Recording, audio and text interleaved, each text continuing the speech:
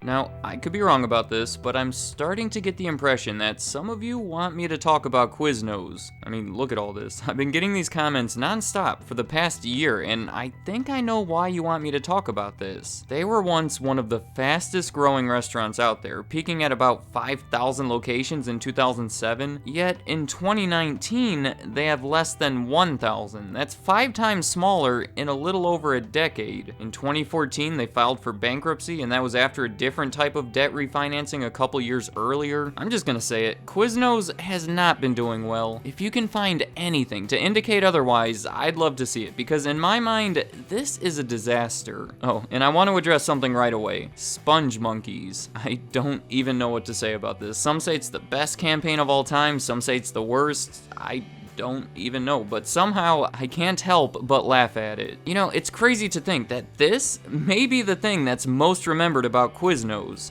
Either way, I'm concluding that this didn't have any kind of significant effect on their success or failure, so let's try to find some better causes. The only other Quiznos campaign that I personally remember is this thing where at the end of the commercial they go, toasty. It was meant to show off the fact that they toast their subs, which was actually what most separated them from their competition from the very beginning. Going back to 1978, there was an Italian restaurant that just opened in Denver called Footers. The 2 people that owned it were named Jimmy Lambatos and Todd Disner. They soon had the idea for a new restaurant, this time an Italian-style deli, but they didn't rush into opening it. They made sure that they were well prepared by using their resources at their current restaurant to develop a few new recipes. One for this red wine vinegar dressing, another for this special type of baguette, things that I'd say are rather important for their potential new restaurant. In 1981 is when it happened. After years of planning, they opened the doors to their new Italian deli called Quiznos, and you can't be too surprised to hear that it was an instant success. Sure, it had 2 experienced restaurant owners with a clearly planned vision, but maybe the biggest contributor to that early success was the fact that they toasted their sandwiches. It was intended to bring out the flavor of the meat and the bread while making that cheese nice and melty. Seems like a no-brainer looking back, but to my knowledge, Quiznos was somewhat of a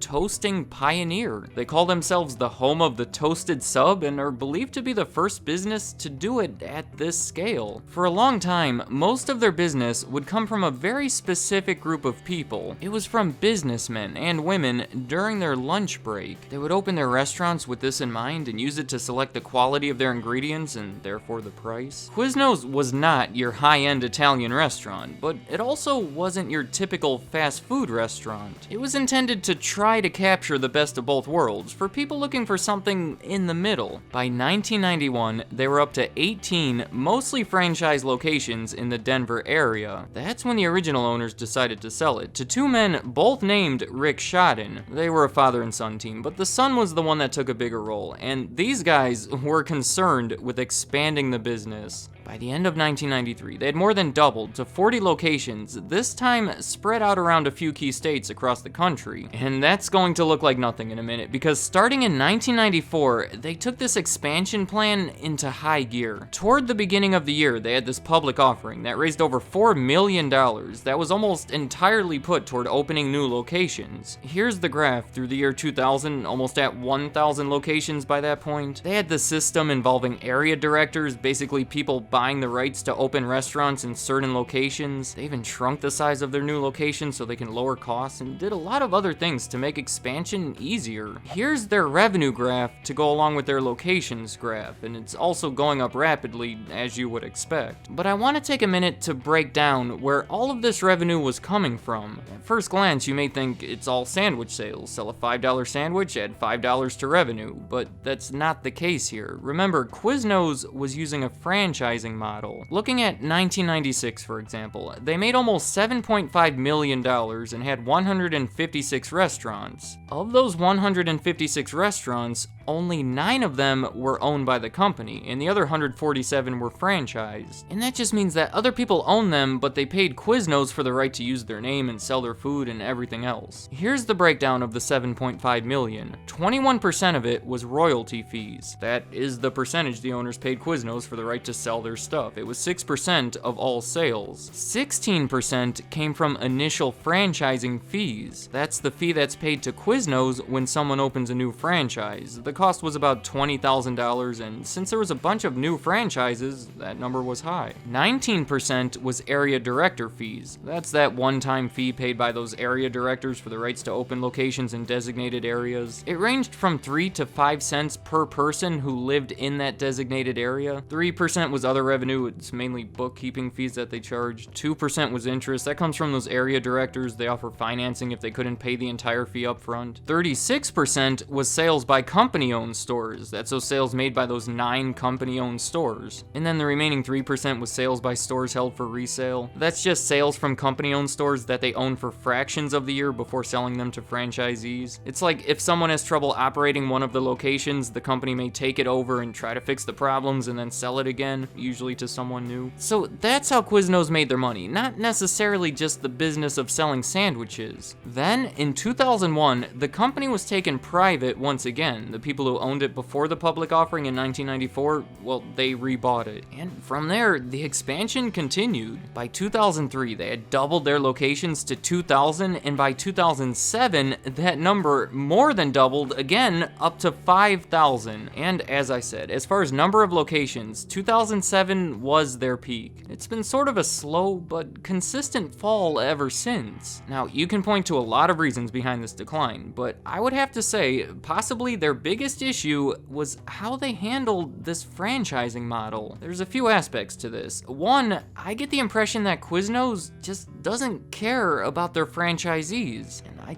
think they feel the same way. See, when you're a franchisee, you're sort of forced to play by their rules. You can't just go out and find your own bread. You have to use the bread that they tell you to use. It's understandable, their name and reputation is on the line. You can't be selling something that's not up to their standards. Plus, they'd like to keep everything uniform between their locations. The arrangement shouldn't be much of an issue, since after all, the franchisees and Quiznos themselves have similar interests. Since we saw that Quiznos makes so much money from the people running their restaurants for them, best to keep them happy. I just mean, it wouldn't be smart to say something like, alright, you're now all forced to buy your tomatoes from this guy over here, and he's selling them for $500 each. But that is an exaggerated version of what ended up happening. In the year 2000, Quiznos formed a subsidiary called American Food Distributors and told all of the franchisees that they had to buy all of their food and paper products from them. The distributor, owned by Quiznos, remember, started to charge all of these absurd amounts for these supplies. Many of the claims state that they're far above the industry average. Quiznos quickly started making a lot more money from this distributor than they did through the royalties that came from the restaurants. You can say maybe they were taking advantage of the people that they were supposed to be working with. This made it very hard for all the franchisees to make a profit. You wouldn't believe all the lawsuits surrounding this. The main one was settled back in 2009, but when the franchisees are not making a profit, they become unhappy. And that leads to poorly run locations, and in many cases, they stop running them altogether, which forces Quiznos to find new people to run them, which leads me to my next point. I don't mean to insult anyone that's operated a Quiznos in the past, but these weren't the best people to be doing it. You saw just how fast they were expanding. When there's a giant push to open hundreds or thousands of locations within the year, how picky do you think they are in finding people to run those locations? Quiznos themselves have admitted that this kind of growth has forced them to choose people with little or no relevant experience, and it caused its brand to suffer and sales to slip. And think of the snowball effect happening here. To begin with, many of these weren't ideal franchisees, and then they were requiring them to pay crazy amounts for their supplies, so understandably, many of them quit. Now they're forced to find even more people, and at this point, word has spread around the industry.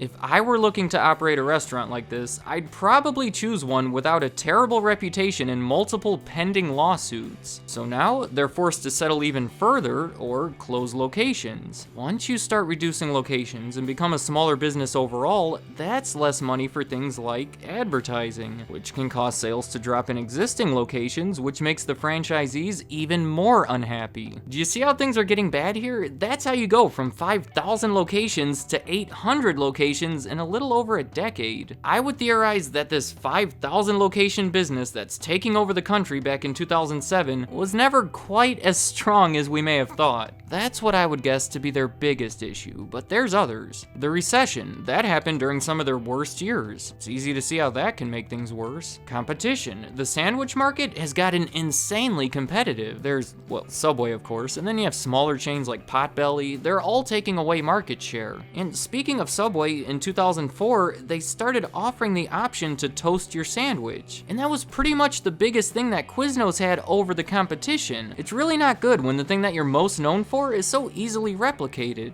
Oh, and this never seems to be good. In 2006, they had a leveraged buyout. It was a deal that gave a private equity firm 49% of the company and left Quiznos with an additional $900 million or so in debt. That's led to an out-of-court debt settlement in 2012 and followed by a traditional bankruptcy in 2014. In 2018, they were bought, again, High Bluff Capital Partners this time. And it looks like hopes are high that they can turn things around. They say there's promise in Quiznos brand awareness and they think there's a spot for them in the market, but who knows? As of right now, Quiznos is, well, far from going away completely, but also pretty far from where they once were. Let me know in the comments, do you like Quiznos? Are you sad that the one in your town probably closed a few years ago, or do you not really care? Also, do you agree with all of these reasons I provided for their rise and fall? Or if not, what do you think happened? I'd like to hear what you have to say.